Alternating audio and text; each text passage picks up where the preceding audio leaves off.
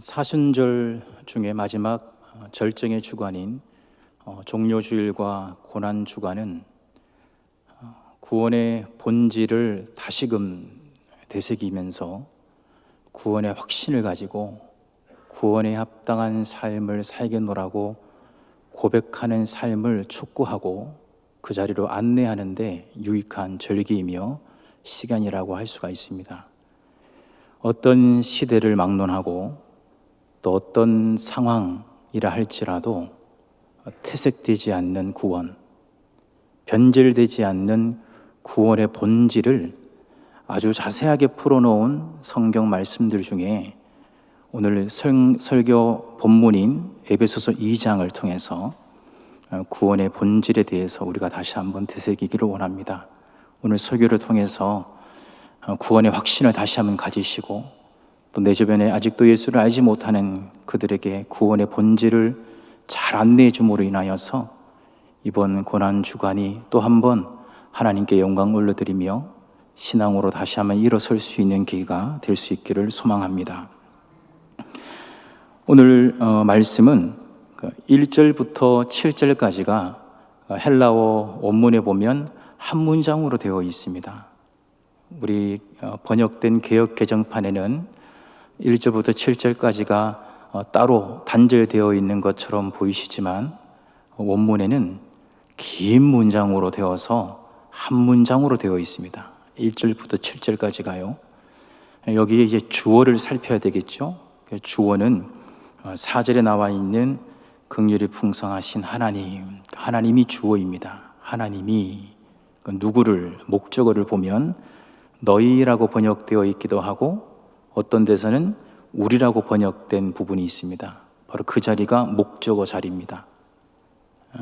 바로 성도를 말합니다. 성도를. 그래서 하나님이 너희를, 우리를, 즉 성도를 어떻게 하시는 거냐 했을 때 동사가 나타나고 있는데요. 핵심 동사, 주동사라고 합니다. 핵심 동사가 3개 정도로 간략하게 정리할 수가 있습니다. 첫 번째가 5절에 나와 있는 살리셨다, 살리셨고, 살리신다. 두 번째가 6절 상반절에 일으키사, 일으키신다. 그리고 세 번째가 6절 하반절에 나오는 하늘에 앉히시니, 앉히신다. 그래서 하나님이 성도를 살리셨다, 일으키셨다, 하늘에 앉히셨다, 이렇게 되는 문장이 됩니다. 특징은 주된 핵심 동사 앞에 그리스도와 함께라는 말이 같이 묶어져 있습니다. 5절에 허물로 죽은 우리를 그리스도와 함께 살리셨고 6절 상반절에 또 함께 일으키사, 그리스도와 함께 일으키사, 그리고 그리스도 예수 안에서 함께 하늘에 앉히시니, 이렇게 되어 있습니다. 그래서 여기서 말하는 살리시다, 일으키시다, 앉히시다는 것은 예수 그리스도께서 우리의 죄를 대신 십자가에서 대속하시고 죽으시고 부활하심을 의미함과 동시에 다시 승천하셔서 하나님 보좌 우편에 앉으심을 상징하는 표현들입니다. 즉 성도의 구원의 본질의 첫 번째 핵심은 그리스도와 함께 예수 그리스도로 말미암아입니다.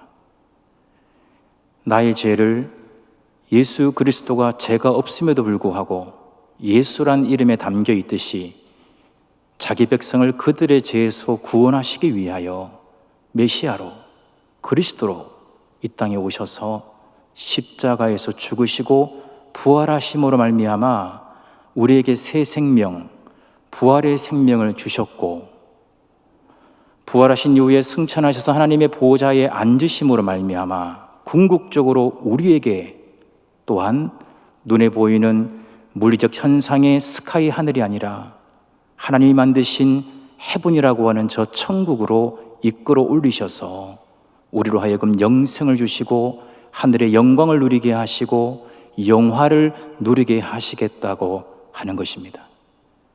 그래서 우리의 구원은 예수가 죽으시고 부활하시는 것은 한 단면이요, 더 나아가 주님이 이 땅에 다시 재림하셔서 심판하시고 하나님의 백성 성도들을 올리셔서 저 천국에서 영원한 생명을 누리도록 하시는 것까지가 구원의 완성이기에, 오늘 말씀에는 살리셨고 일으키셨다는 말씀만 있는 것이 아니라 하늘에 앉히셨다는 말씀까지 주심으로 인하여 구원은 거기까지가 완성인 것을 우리에게 보여줍니다. 그리하여 구원은 오직 예수 그리스도로 말미암아 받는 것이다 라고 하는 시대와 상황을 불문하고 구원의 본질로 우리에게 주시는 것입니다. 지금까지 말씀을 들으시면서 참 진부하다, 늘 들었던 이야기, 또 듣는 것이 식상하다고 하시는 분이 계시다면 적어도 이 사실을 받아들인다는 전제인 것 같습니다. 그렇다면 오히려 진부하다고 느끼시기보다, 오래된 이야기를 또 듣는다라고 생각하시기보다, 오늘 종료주일 고난주간을 앞두고 다시금 예수 그리스도만이 우리에게 구원을 주시는 분이라는 사실을 고백할 수 있다는 것을 감사할 수 있기를 소망합니다. 오늘날 로마 천주교에서는 여전히 마리아론을 주장하고 있습니다. 여전히 주장하고 있습니다. 예수님의 어머니 마리아를 통해서도 구원받을 수 있는 자리가 있다는 것입니다. 이름하여 공동 대속자론, 공동 중재자론, 공동 중보자론이라고 명명되어지는 용어가 이 뜻을 의미합니다. 예수님의 어머니 마리아를 통해서도 구원의 여지가 있다. 뿐만 아닙니다. 예수님의 제자 사도들을 통해서도, 교회사에 나타난 성자들을 통해서도 오직 예수 그리스도만을 통해서 구원받는 것이 아니라 이렇게 마리아나 사도들이나 성자들을 통해서도 구원받을 수 있는 여지가 있음을 지금도 피력하고 있습니다. 그뿐입니까? 한국교회 일부에서는 민중들을 위하여 고난받고 죽임당한 사람들, 소위 열사들을 애도하는 것으로 끝나지 않고 그들의 이름을 부르며 기도하는 교회, 교파도 여전히 있습니다. 그런 까닭에 여러분 이 자리에 오직 예수 그리스도로 말미암아 구원받는다는 사실을 내가 받아들인다는 것은 감사의 제목이 되는 것입니다. 사도행전 4장 12절에 다른 이로서는 구원받을 수 없나니 천하 만민 중에 구원받을 만한 다른 이름을 주신 일이 없다, 이렇게 고백하고 있습니다. 오직 예수입니다. 오직 예수. 그래서 사순절 내내, 고난주간 내내 예수 안에서 예수와 함께 예수로 말미암아 이것이 고백되어지는 것이고, 예수의 고백이 살아 움직이는 것이 이 사순절 고난주간을 통하여 우리에게 주시는 구원의 본질인 것입니다. 예수입니다. 또 하나 구원의 본질로 살펴볼 수 있는 것은 8절과 9절입니다. 8절에 보시면 너희는 그 은혜에 의하여 믿음으로 말미암아 구원을 받았다. 믿음으로 말미암아 구원을 받았다. 구원의 본질, 시대와 상황을 막론하고 변질되지 않고 퇴색되지 않을 하나님 오시는 그날까지 붙잡아야 된 구원의 본질, 믿음입니다. 믿음으로 말미암아 구원을 받았다라고 분명히 말씀하고 있습니다. 당연히 믿음으로 구원받았다고 여러분 믿으시겠습니다만은 사실 이것도 간단한 문제는 아닙니다. 아직도 로마 천주교에서는 믿음뿐만이 아니라 더하기가 있다라고 보고 있습니다. 믿음만으로 구원받는 것이 아니다. 믿음 더하기가 있다. 바로 선행이다, 공덕이다 라는 것입니다. 그래서 믿음 더하기 선행을 통하여 구원받을 만한 그 지경까지 이르러야 되고, 혹시나 그 선행, 공덕이 구원받을 만큼 채워져서 남겨져 있다면 그 남은 공덕을 부족한 사람에게 보태줄 수 있다. 심지어 교회는 남은 공덕을 비축하고 있다. 이 남은 공덕을 비축하고 있는데 성도들 중에 이 남은 공덕이 부족한 사람이 있다면 세행하는 것도 있지만은 교회에 남겨진 공덕을 헌금을 많이 내어서 그것을 사라. 그럼 공덕을 나누어 주겠다. 제가 간단하게 설명했지만 이 내용이 결국은 면죄부입니다. 이름하여 공덕사상이죠. 그렇다면 오늘날 한국교회는 이런 부분에 대하여 정확하게 해결했는 것인가? 그렇지는 않아 보입니다. 가끔씩 어떤 분들이 그러세요. 그렇게 봉사해서 구원받겠나? 그렇게 헌신해서 구원받겠어? 그렇게 헌금 생활 안 해서 구원받을까? 라는 이야기를 하는 분들이 계시거든요. 만약에 그분이 예수가 나의 그리스도가 되시고 예수가 나의 주가 되시며 예수님이 십자가에 나의 죄를 대신하여 대속하신 대속신앙을 믿고 예수 그리스도가 부활하신 부활신앙을 믿으며 다시 이 땅에 심판조로 오신다는 재림신앙을 믿고 그 예수 그리스도를 믿음으로 말미암아 구원받는다는 사실을 믿고 있음에도 불구하고 그렇게 봉사해서 구원받겠나라고 하고 있다면 그분의 언어 습관은 바꿔야 됩니다. 잘못된 언어 습관입니다. 그것은 마치 저 사람은 믿음으로 구원받는다는 생각을 안 하고 있구나라고 오해하게 만드는 말 표현이 될 것입니다. 오직 믿음으로 구원받는다는 것이죠. 그래서 에베소서 2장 9절에는 행위에서 난 것이 아니다. 선행을 통해서 공덕을 통해서 구원받을 수 있는 여지는 없다. 행위에서 난 것이 아니니 이는 누구든지 자랑하지 못하게 함이라. 구원은 자기 자랑이 없구나. 근데 여러분, 간혹 사람들의 간증을 듣다 보면 구원 안에 자기 자랑이 들어가 있는 경우가 간혹 있습니다. 구원에는 자기 자랑이 없습니다. 자기 자랑을 없게 하시려고 행위에서 난 것이 아니니 이는 누구든지 자랑하지 못하게 함이라. 오직 하나님이 하신 일로 받아들이도록 하시기 위하여 단 1%의 행위도 구원에 반영되지 못하도록 하셨다는 것입니다. 로마서 3장 27절 28절 말씀, 그런즉 자랑할 때가 어디냐? 있을 수가 없느니라. 무슨 법으로냐? 행위로냐? 아니라 오직 믿음의 법으로니라. 그러므로 사람이 의롭다 하심을 얻는 것은 율법의 행위에 있지 않고 믿음으로 되는 줄 우리가 인정하노라. 아멘.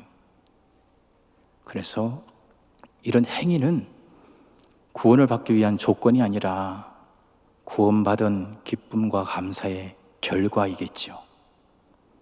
그래서 예수님께서 노예로 살았던 이스라엘 백성을 애굽에서 탈출시키시고 출애굽하실 때 출애굽하신 이후에 19장에 보니까 내가 독수리 날개를 업어 너희들을 구원하였는데 이제 너희들이 내 언약을 잘 듣고 지키면 너희들이야말로 나에게 있어서는 제상나라가 되고 거룩한 백성이 될 것이다 하시면서 신에선 언약을 맺으셨는데 그 언약의 핵심 내용이 바로 뒤에 20장 10계명으로 나오지 않습니까?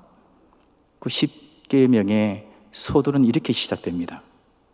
하나님이 이 모든 말씀으로 말씀하여 이르시되 나는 너를 애굽 땅 종되었던 집에서 인도하여 낸 내 하나님 여호와니라. 이렇게 먼저 구원해 주신 하나님이라는 것을 표현하신 이후에 3절부터 너는 나 외에는 다른 신들을 내게 두지 말라 율법을 주시고 행할 지침을 주신 것입니다. 그러니 행위가 구원의 결코 조건이 될 수 없음을 우리에게 신구약 66권을 통해서도 확인할 수가 있는 것입니다. 그래서 오직 예수 그리스도가 주가 되시고 그리스도가 되시며 대속신앙, 부활신앙, 재림신앙 확고하게 믿는 그 믿음으로 말미암아 구원받게 됨을 다시 한번 확인하시고 아멘으로 화답할 수 있기를 소망합니다. 또 하나 구원의 본질은 5절입니다. 5절에 보면 허물로 죽은 우리를 그리스도와 함께 살리셨고 너희는 은혜로 구원을 받은 것이라. 은혜로 구원을 받았다. 구원은 은혜로 받는 것이다. 오직 예수, 오직 믿음, 이제는 오직 은혜를 얘기하고 있습니다. 은혜로 구원을 받는다.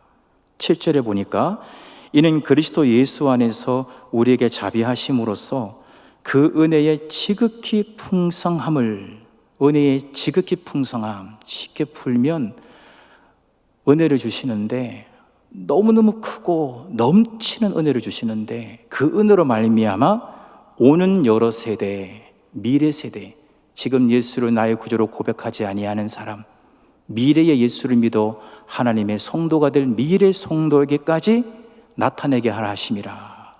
그래서 앞으로 지금 이 땅에 태어나지 않은 사람들 중에서도 나중에 태어나서 예수를 믿으면 하나님 앞에 백성 삼아주시고 성도 삼아주실 만큼 크신 은혜를 주셨다는 것입니다. 여기서 하나 질문이 나올 수가 있습니다. 예수 그리스도가 그리스도가 되시고 메시아가 되시고 나의 구세주가 되시는 주가 되심을 고백하는 믿음으로 구원받는다는 것과 오직 은혜로 구원받는다고 하는 것의 차이가 어디에 있습니까?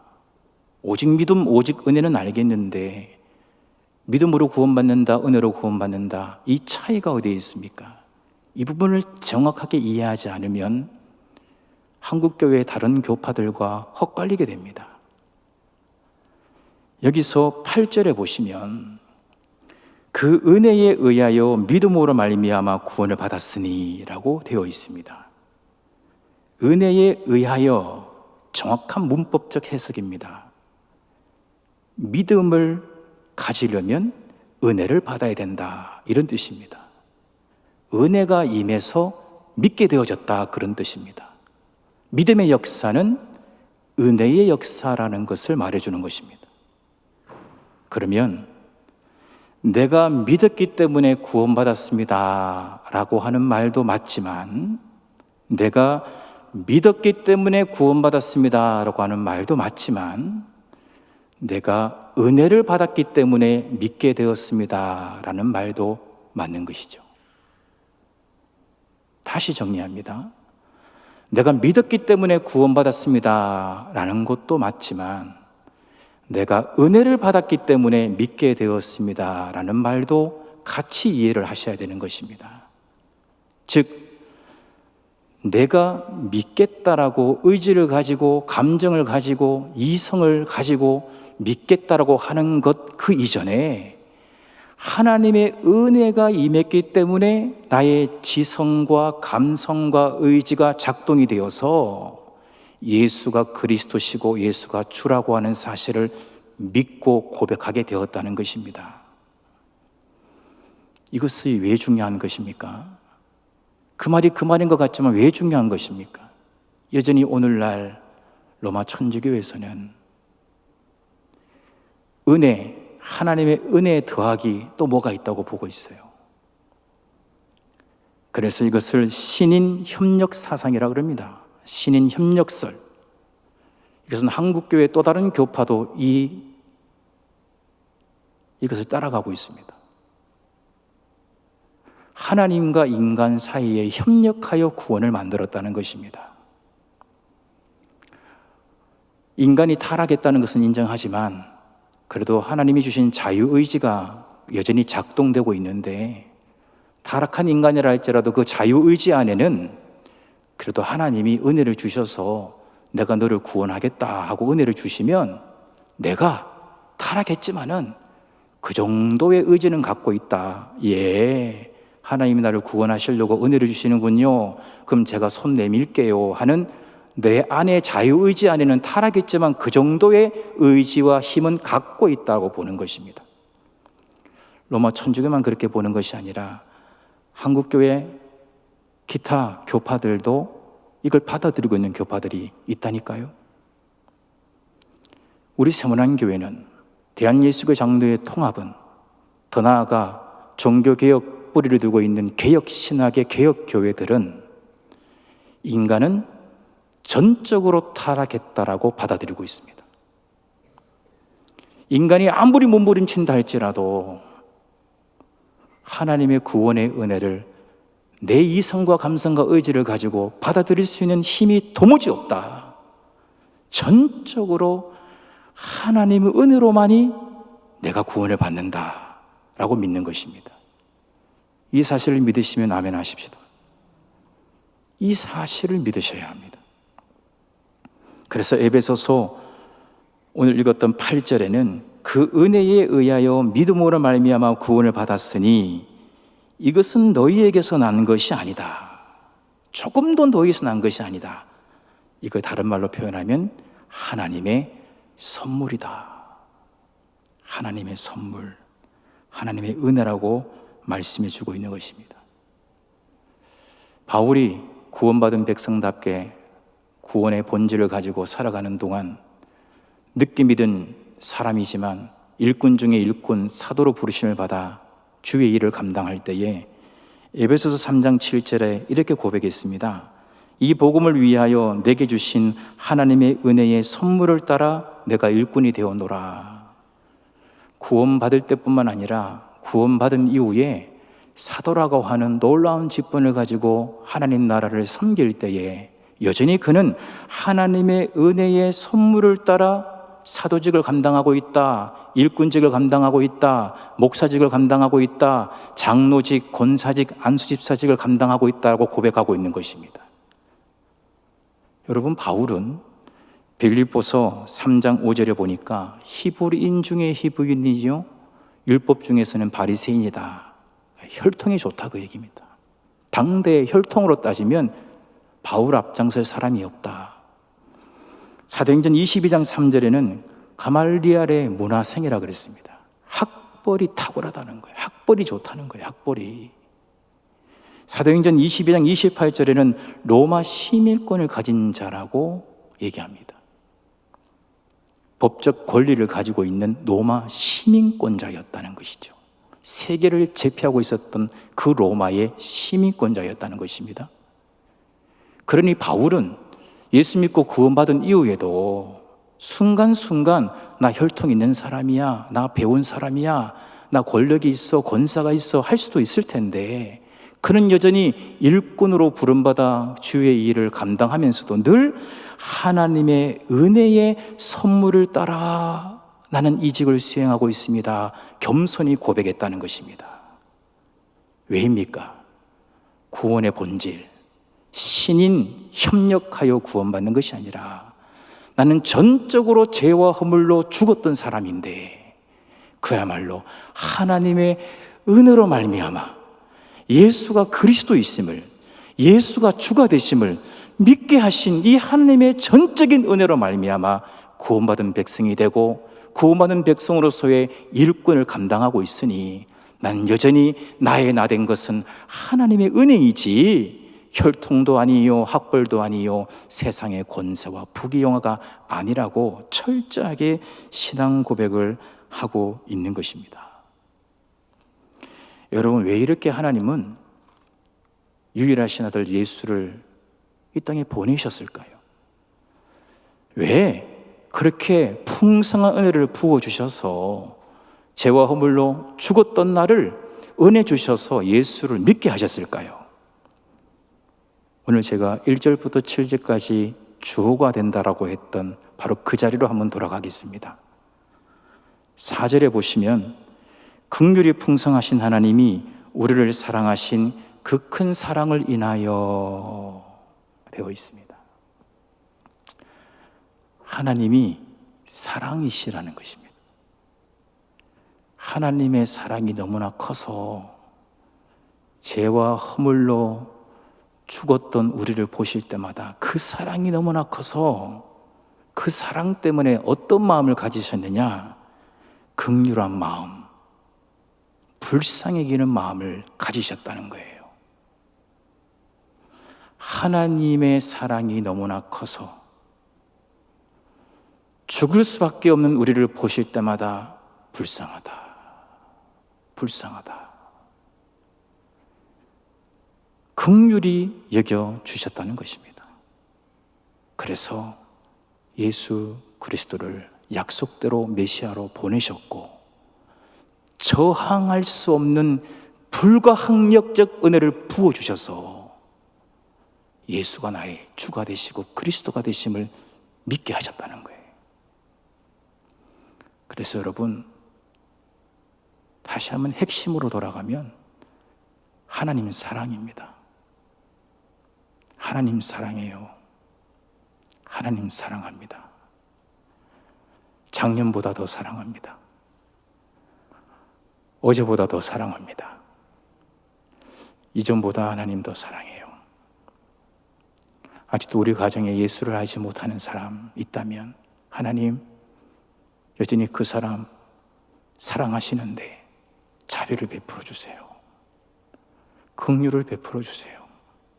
우리 남편에게, 우리 아내에게, 사랑하는 우리 아들, 딸에게, 우리 며느리, 우리 사위에게, 우리 손주에게 하나님 그 큰 사랑 여전히 임하고 있다고 믿으니 불쌍히 여겨주세요 라고 기도하신다면, 코로나라 할지라도 시간과 공간을 초월하시는 하나님께서 긍휼히 여겨주심으로 말미암아 불가항력적 은혜를 부어주셔서 예수가 나의 그리스도가 되시고 나의 주가 되심을 고백하도록 역사하실 줄로 믿습니다.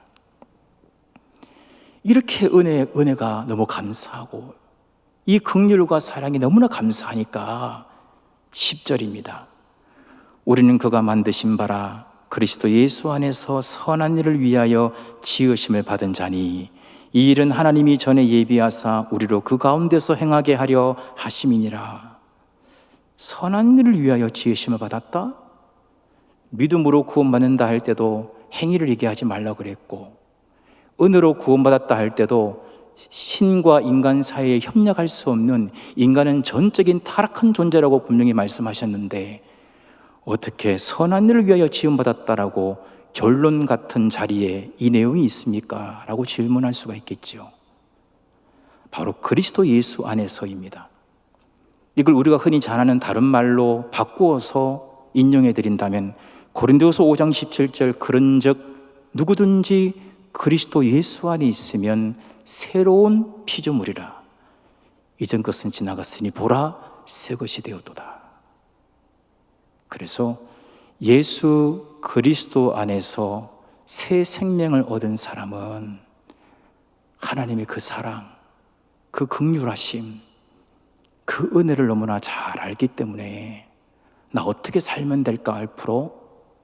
어떻게 하면 구원받은 사람답게 사는 거지? 구원받은 백성답게 사는 삶, 이것이 그리스도 예수 안에서 선한 일을 행한다는 것입니다. 이것을 달리 쉽게 설명하면 하나님을 기뻐하시는 삶, 하나님께 영광 돌리는 삶, 솔리데오 글로리아, 오직 하나님의 영광을 위하여. 그래서 여러분, 하나님의 영광을 위해 삽시다, 선한 일을 합시다, 구원받은 백성답게 삽시다 라는 그 말을 자꾸 하기보다는요, 더 지혜로운 것은 구원의 본질을 다시 한번 되새기는 것입니다. 구원의 감격과 구원의 기쁨을 다시 한번 회복하는 것입니다. 구원의 감격과 구원의 감사가 다시 새로워지면요, 저절로 구원받은 백성답게 살기 위하여 몸부림칠 수밖에 없고, 그것 또한 성령의 도우심으로 말미암아 이 하나님을 기뻐하시는 삶, 하나님께 영광 돌리는 삶을 살기 때문에 그것조차도 하나님께 영광을 돌리게 된다는 것입니다. 바라기는 저와 우리 모두가 다시 한번 구원의 본질, 오직 예수, 오직 믿음, 오직 은혜, 하나님의 그 사랑과 그 크신 긍휼하심을 깊이 묵상하셔서 구원받은 백성답게 하나님을 기뻐하시는 삶, 하나님께 영광 돌리는 삶을 살겠노라고 다시 한번 다짐한다면 성령의 놀라우신 역사가 저와 여러분, 우리의 가정과 가문, 우리 교회와 이 민족 가운데 나타나게 될 줄로 믿습니다. 기도하겠습니다. 하나님 아버지, 구원의 본질을 다시 한번 되새기며 마음을 새롭게 합니다. 예수, 믿음, 은혜, 하나님의 그 크신 사랑과 그 풍성하신 긍휼하심에 다시 한번 감사하며 감격하오니 하나님께 영광 돌리는 삶으로 인도하여 주시옵소서. 이전보다 주님을 더욱 사랑합니다. 우리 주님 예수 그리스도 이름으로 기도드립니다. 아멘.